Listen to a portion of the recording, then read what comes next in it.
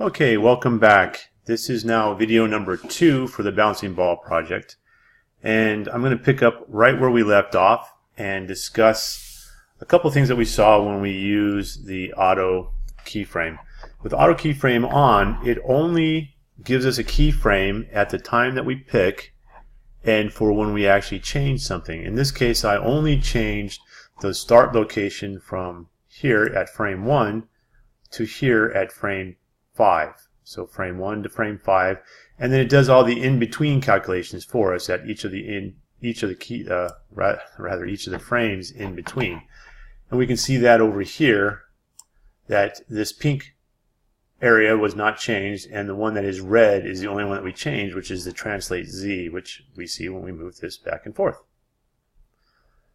Alright, and now to demonstrate that again, if I move it downward to touch the plane, we can see that translate Y now also has a number, and if I move this back and forth, the only things that have changed are the location of the ball from the X, rather the Y and the Z.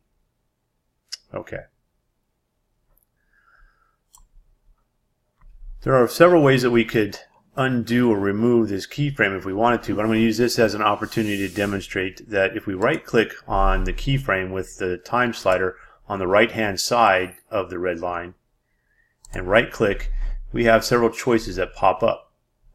And in this case, I can cut the keyframe and I can move it somewhere else, maybe out to frame number 10 and paste it here.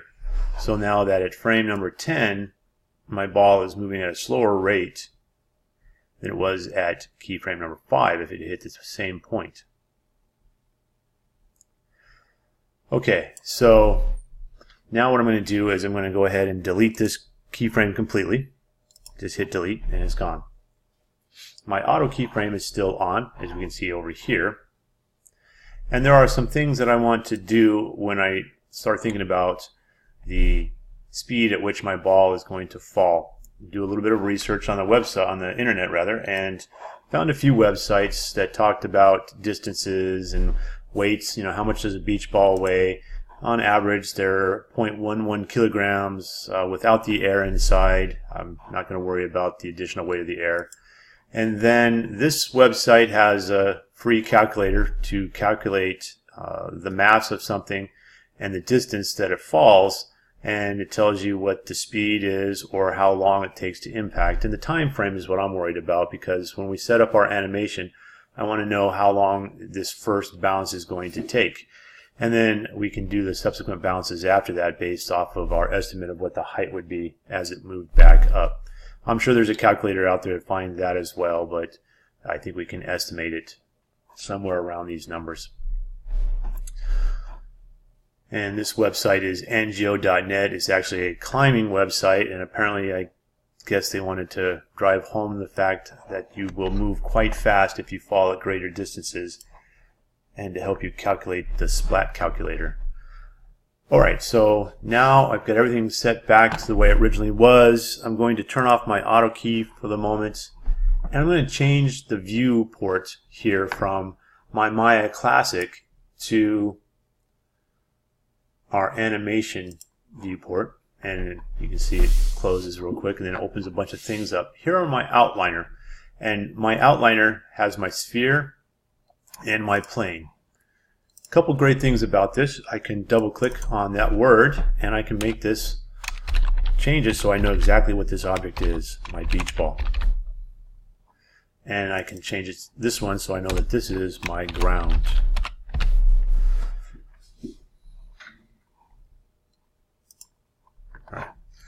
And if I were to click on my attribute editor, it comes up as a separate window, because this is one of the main pieces of my animation window. We're usually worried about things that are in our channel box. And you can see that my beach ball now has a new name. It's no longer a polysphere, it's now beach ball. And my AI standard surface is still here. And this is a good time to go ahead, and we should have done it when I first did it, but I did not. But this is my beach ball texture. And we can put that in there like that. Rename it so we can keep track of the things that we're going to change later on. Okay.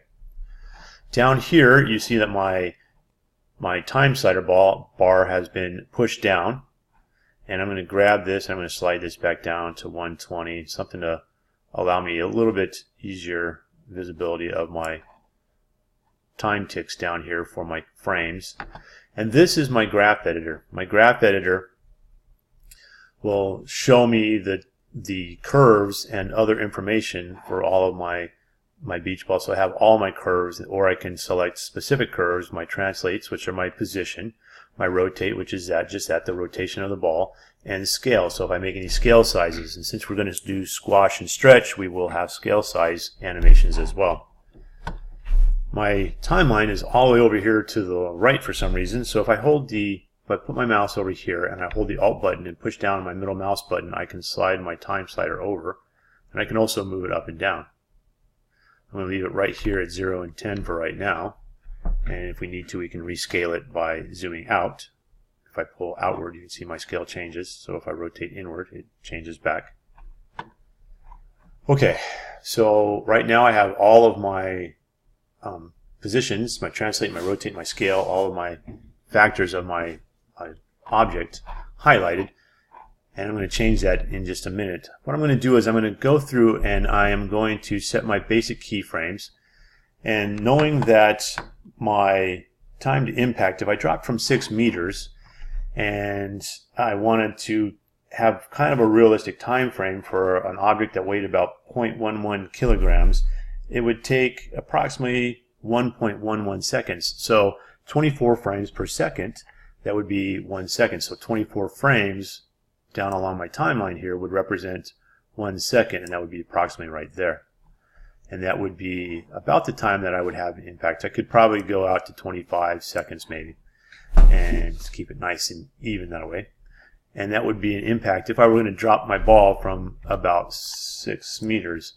How do we know exactly how high? Well, one of the things about Maya is that these 1, 1, and 1 is centimeters, so it defaults in centimeters. I am going to just say that that 1 actually represents a meter, change my scale a little bit, because if I went out to an actual 1 meter size in Maya, this would be quite large and we wouldn't be able to see what we were doing. If I go to my side view, which I can do from here, and I've located where my beach ball is located, which is here. Here is my ground plane, this large dark line at the bottom, and this is where my ball is, so the bottom of the ball. I can go up to Create, go down to Measure Tools, and here's a distance tool. There's also a parameter tool and arc length tool as well. This allows me to be able to make measurements. So I'm going to place my X here, my little cross T here, crosshair, and then I'm going to go up to the bottom of the ball and I'm going to place it right there. But I already know that this is probably roughly 6 meters, a little over 6 meters, 7 meters, because of the line numbers here. If I measure these to be centimeters, 1, 2, 3, 4, 5, 6 centimeters, I'm over that by a little bit. So I can move my ball down to my 6 meters. I can either use this measuring tool, or in this case I can use the grid. So I'm going to hit Q on my keyboard, and I'm going to select these. I'm going to delete these because I don't need them.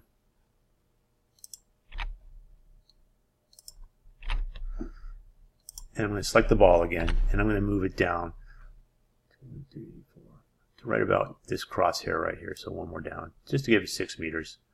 I'm using 6 meters because at the weight of the ball, that's about 1 second roughly, and that'll work out nicely with the number of keyframes. It'll move kind of slow, and that's okay because this is a big, airy beach ball. If I wanted to move faster, I could cut it in half maybe, give it a little bit more weight.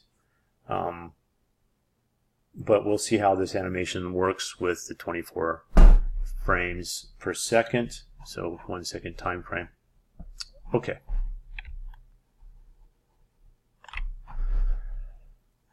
Now I'm going to go ahead and I'm going to move my ball down to my ground plane, and I'm going to move it a little forward because it's going to fall sort of in an arc, which we'll adjust later, and I'm going to move it out from my start point.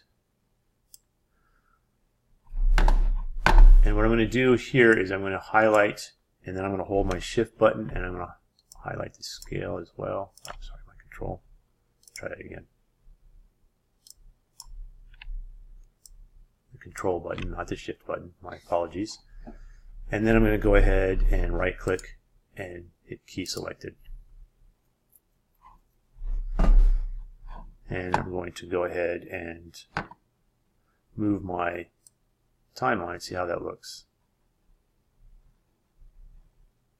Probably kind of slow, but we'll see how that looks. Rotate this scale out a little bit so I can see my keyframes start to fall in. There we go. And here's my 200 out here.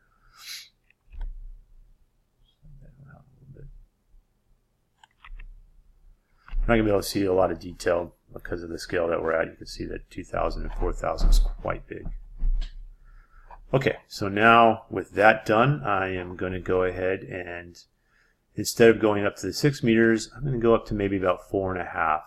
So 1, 2, 3, 4, somewhere right about here in the height.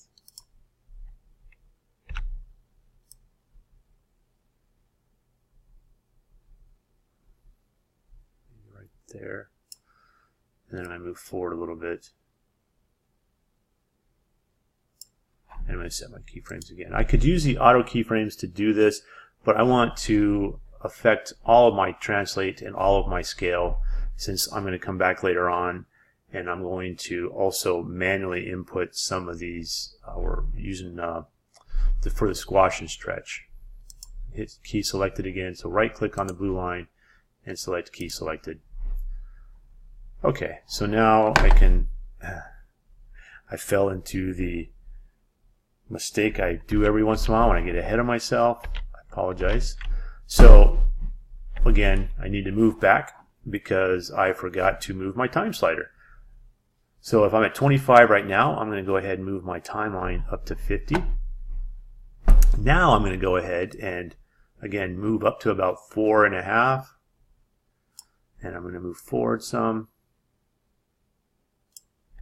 and I'm going to set my keyframe. Now if I move my time slider, I should see the ball go through the process of falling, and then going back up. And now I'm going to move up to about 75. I'm going to move my ball down, and I'm going to move it forward some. I'm just estimating the distance for moving forward. We can adjust these as we move along with our graph editor later. Okay, so now with that done, I'm going to set some more keyframes at 75.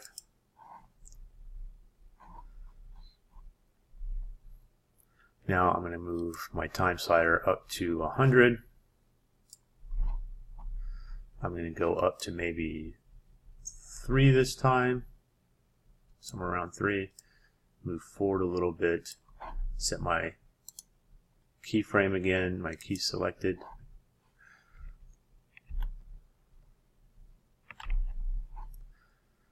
I'm going to take my time slider down here so I can move it forward, see some more. I'm going to move my time slider to 125, place the ball down on the ground, move forward a little bit, set my keyframe again, key selected. I'm going to move my time slider another 25, move the ball up maybe 1.5, slide it forward a little bit as we start to lose energy. Set my keyframes again, move to 175. Move the ball down again, a little forward, and I'm going to set my keyframes here. And now what I'm going to do is I'm going to take my timeline all the way out to 200.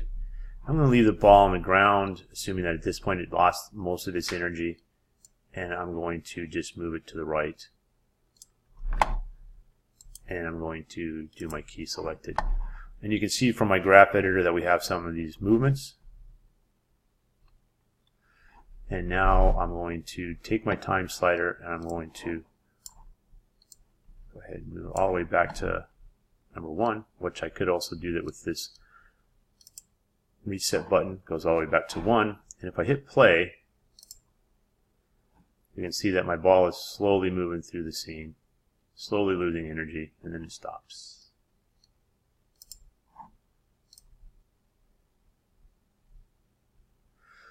And I'm going to have to adjust this so that we can see, I hit 200 there so we can see the full animation because it only shows me out to 120.